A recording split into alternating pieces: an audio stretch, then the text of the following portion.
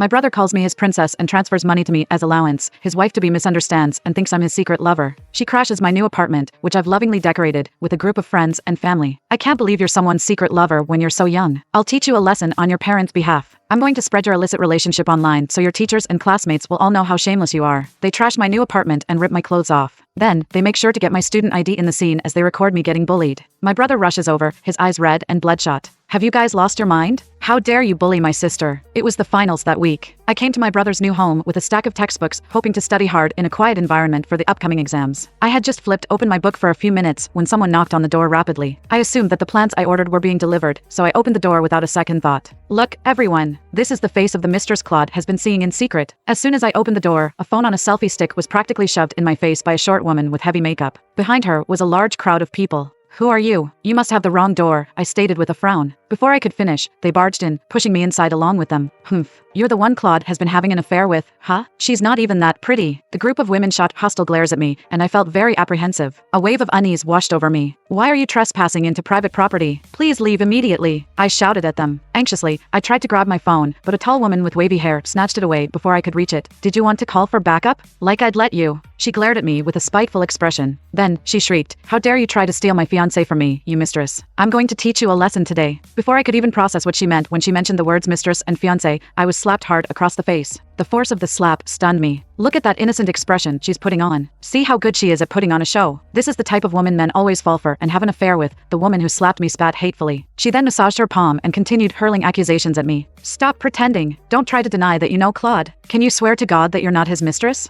Claude Stark was my brother. Why did she keep claiming that I was his mistress? Every penny I spent was from the funds that my mother left for me. Yes, I know Claude. I'm his sister. I shot back angrily. No one had ever hit me before, so my anger flared up. I screamed at the crowd of unruly women, now that you know that Claude is my brother, get out of here this instant. You shameless vixen. That's what all mistresses claim to be when they're exposed, the woman sneered, digging her nails into the side of my cheek that she had slapped. My eyes stung with tears from the pain, but I couldn't push her hand away. Julia, look at this place. It's so big and luxurious. Claude sure is generous to this vixen, one of the women commented. Julia? The name rang a bell. I pushed her hand away forcefully and covered my aching cheek. Are you Julia Durand, my brother's girlfriend? I asked. Upon hearing my words, the crowd grew even angrier. You know Julia is Claude's girlfriend, yet you still chose to come between them. Look at this shameless piece of work, everyone, the short lady exclaimed, shoving her phone in my face again. I knew she was live streaming. In my anger, I knocked her phone to the ground. Put away your phone. I'm not a mistress. Julia. Before I could finish, the woman who was live streaming kicked me in the stomach. I stumbled and doubled over in pain. I'm Claude's sister. I'm his real sister, I blurted, my voice strained with pain and anger as I clutched my stomach. Everyone froze and looked at Julia. Does Claude have a sister? Julia's face fell as she answered, yes, he does have a sister. Could we have made a mistake? If we hit Claude's sister, we're done for. As the crowd of women started doubting themselves, a voice rang out. She's lying. She's not Claude's sister at all. The live streamer, Orla Brown, waved my student ID around smugly. Take a look, everyone. The mistress is so cunning. Not only does she deny that she's a mistress after being caught, but she's also lying by claiming to be the guy's sister. She held my student ID up to the camera and said, her name is Sylvia Felton, and she's a sophomore at Avant Design Academy. How can you claim to be Claude Stark's sister when you don't even have the same last name? I panicked because she was exposing my personal information online by blatantly showing the internet my student ID. I tried to grab it back, but two women held me down. Julia became enraged, feeling that I had tricked her. She slapped me hard twice. I felt the world around me spin as the metallic taste of blood filled my mouth.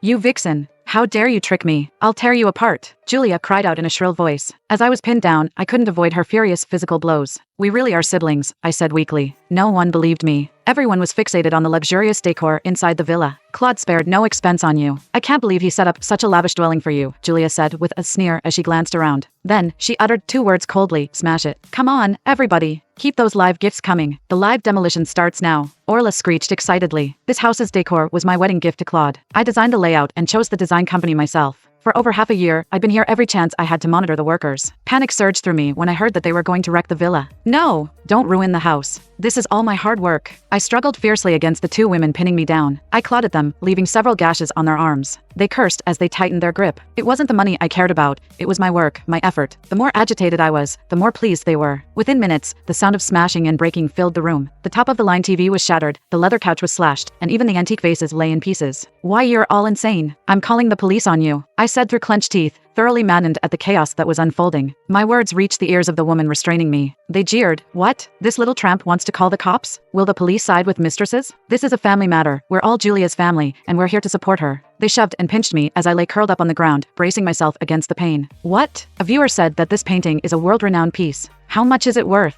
Did you say $400 million? Orla asked exaggeratedly. This drew my attention immediately. I cried out, don't touch that painting. You can't afford it. It's worth $500 million.